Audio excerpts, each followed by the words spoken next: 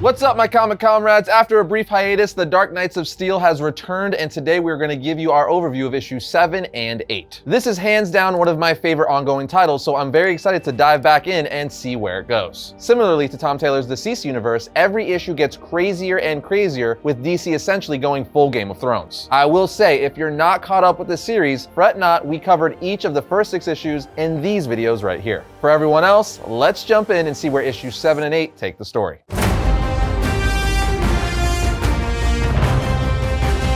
Issue 7 picks up with Bruce having a dream of the elves just annihilating everyone in the kingdom, including all of them burning him to a crisp with their heat vision. He then wakes up in a sweat only to say, "Demons, green, everything is green," as a green dog says to him, "I think you might be seeing things that aren't there." At which point John and Martha Kent walk in to check on Bruce. Because remember, in issue 5 of the series, Kal-El, who Bruce just found out is his half-brother, stabbed him with a kryptonite shard, leaving him for dead, but luckily the Kents found Bruce and brought him back to their home. As they're checking on him, Raven appears, making her first appearance in the series, saying he is not safe. There is something inside of him. Something is poisoning him. He is dying. We are then brought back to the Kingdom of Storms, where we see that Ra's al Ghul was able to bring Jacob back to life, the son of Jefferson Pierce, aka the former king of the Kingdom of Storms. Constantine, who made a barter with Ra's al Ghul to bring Jacob back, says, "Welcome back, Jacob." Jacob says, "Ra's told me about my father." Because remember, his father is now dead. Constantine says, "I'm sorry." He then says, "The elves killed your father. I can help you bring them down." Ra's then tells Constantine, "I will leave you to your feud and your revenge." Constantine asks, "What do you want with the children?" He replies, "There are greater threats coming than your little wars. But you need not concern yourself with the children, Constantine. You made a deal. The Titans will be mine now." As he promised he could have the Titans if he brought Jacob back to life. Back at the Kent home, we see that Raven was able to remove the sliver of kryptonite still left in Bruce that was poisoning him and killing him. Because remember, Bruce is half Kryptonian in this universe. He's the bastard son of Jor-El. But Bruce isn't too fond of superpowered beings and refers to them as monsters. He even calls Raven a witch before John Kent is like, "Calm down, son. That witch saved your life." At this point, we see Raven isn't the only Titan at the Kent's home, as Starfire, Cyborg, and Beast Boy introduce themselves to Bruce. Although they're not too fond of him, with Cyborg saying, "Considering what you've done to people like us, you should feel lucky she didn't let you die." Starfire then says, "We actually put your life to a vote." Beast Boy then walks in, telling us he was the green dog Bruce was seeing, saying, "I voted to not let you die." As Bruce is trying to wrap his head around things and get acquainted with the Titans, who clearly don't like him because Bruce has dedicated his whole life to taking down superpowered beings. We see Starfire catches an intruder, which turns out to be Dick Grayson, who's there to save Bruce. Starfire throws him down, with Bruce saying, "What are you doing here?" Dick tells him, "All the Robins have been searching for you. I found the crater with a piece of your armor in it. Wagon tracks led here. Have you been trapped by these demons?" Starfire, offended, says, "Excuse me?" Bruce, who's been getting to know them briefly and understand their side of things, says, "They're not demons. Richard, they're Raven, I'm sorry.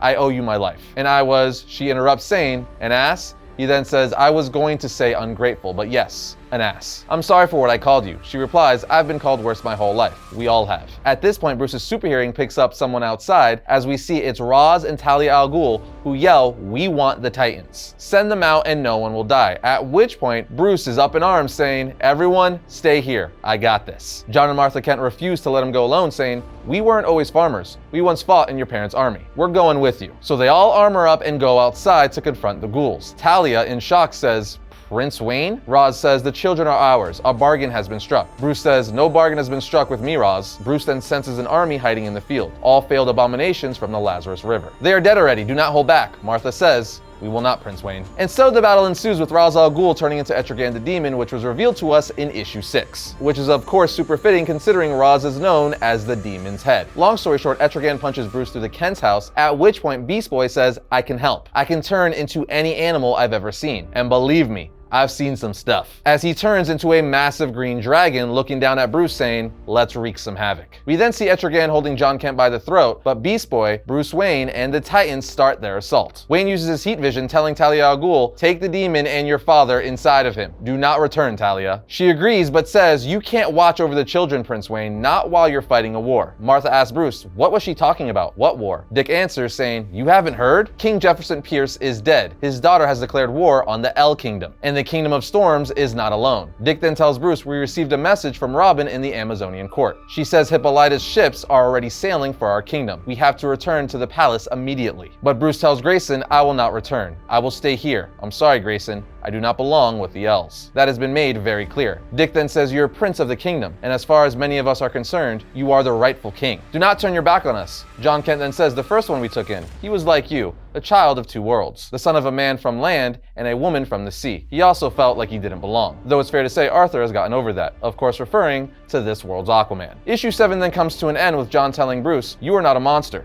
You have great power. And if that power can stop a war, you know where you need to be." It's just so good, and while we're talking lords and ladies, I'm excited to tell you that I've recently become one myself. Okay, so we've been friends for a long time, and you guys know quite a bit about me at this point. But did you know that recently I've officially been proclaimed a lord? That's right, I'm a rare Puerto Rican Scottish lord. If you are a Scottish lord, then I am Mickey Mouse. Make fun of it if you want, but for reals, I'm a Scottish lord and I have receipts to back up my claim. This official certificate from today's sponsor, Established Titles, with a fancy crest, settles it in stone. Well, maybe just in paper, so you may call me Lord Heiress of the Northern Scotty Ricans. Seriously though, there's a historic Scottish custom where landowners are referred to as lairds or lords and ladies in English. And these title packs give you at least 1 square foot of dedicated land on a private estate in Edelston, Scotland. So you could officially change your name to Lord or Lady and get it on your credit cards, plane tickets, bro, maybe even a dating app profile. Don't know if that would work, but it's worth a shot. Anyway, your certificate from Established Titles features a unique plot number with which you could see the exact location of your land. But it's also a fun and novel way to preserve the natural woodlands of Scotland, because they plant a tree with every order and work with global charities like One Tree Planted and Trees for the Future to support global reforestation efforts. The first 200 people purchasing a title pack using our link will effectively be next to our plot within a few minutes walking distance. This makes an amazing last-minute gift, and they even have couples packs that comes with adjoining plots of land. Just go to establishedtitles.com/variant or click our link in the description to shop their Black Friday sale and grab your gifts right now. Plus, if you use code VARIANT at checkout, you'll get an additional 10% off. Not to mention, it helps our channel. Again, that's establishedtitles.com/variant.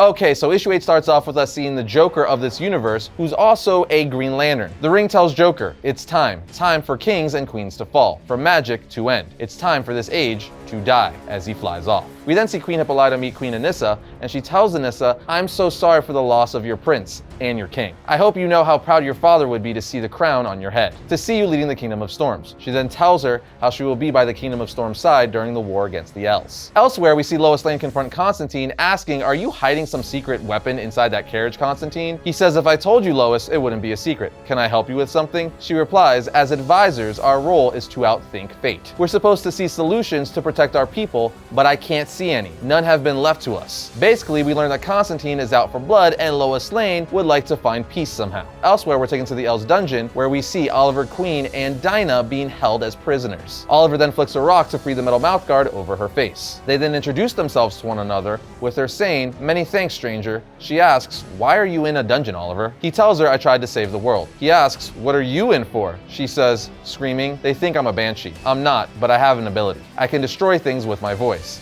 He asks, "What kind of things?" She says, "Almost anything." He asks, "Can you break these walls?" She tells him, "Yes, but I can't control it. I might bring the whole castle down around us." He then tells her, "Sounds like you need help with your aim. I may be able to help you there." Then in Hub Forest, we see General Waller and Harley Quinn meet with Queen Hippolyta and Anissa. Harley Quinn tries to reason with them, saying maybe we don't have to have a war and innocents killed. Let's try to find a compromise, but clearly they don't. The queens then let General Waller and Harley Quinn go back to their kingdom to prepare for the war, but Constantine says, "What are you doing? Don't let them leave." Queen Anissa tells him, "They came to us in peace, Constantine." He replies, "That's the Elves' advisor and their general. We should take them now." Queen Hippolyta says, "That would hardly be honorable." Constantine says, "Screw honor," and uses magic to attack before he's stopped by none other than Poison Ivy, with him screaming, "The forest is alive, stay behind me." Waller then says, "Thank you, my lady." Ivy replies, "I'm not doing this for you, Waller. I said I'd bury an army for you," while looking at Harley Quinn. She responds, "There are 2 armies." Ivy tells her, "You're worth it." The queens and Constantine try to fight off Poison Ivy, but it's not working, at which point we see the Joker or the Green Man say, "The armies cannot fall here," at which point he intervenes and takes out Ivy. Back at Castle L, Waller arrives saying, "Diplomacy went about as well as I suggested it would, but the army stands ready to defend you. The Kingdom of Storms and the Amazons will not breach the castle walls." But Queen Lara tells Waller to stand your army down,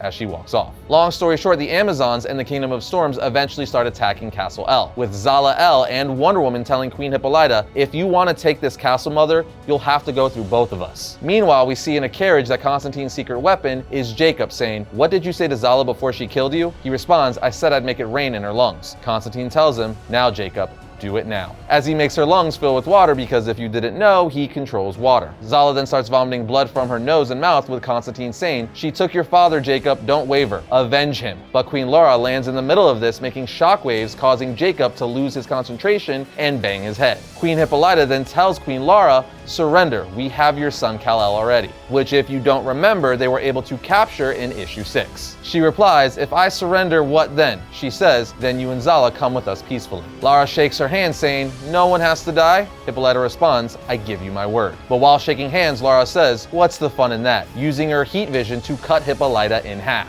As Wonder Woman screams, mother! And with that, the comic ends. What can I say, guys? This comic is just all around good. Not a single complaint. I'm just excited for the next issue. I have nothing else to add here besides read this book for yourself. It is incredibly awesome. But that's just my 2 cents. What do you guys think? Let us know in the comments. And that's gonna bring today's episode to a close, but if you enjoyed this video, check out this one right here. And if you like all of our content, like, subscribe, and comment, it helps us out. But other than that, I'll see you next time when I talk about all things comics.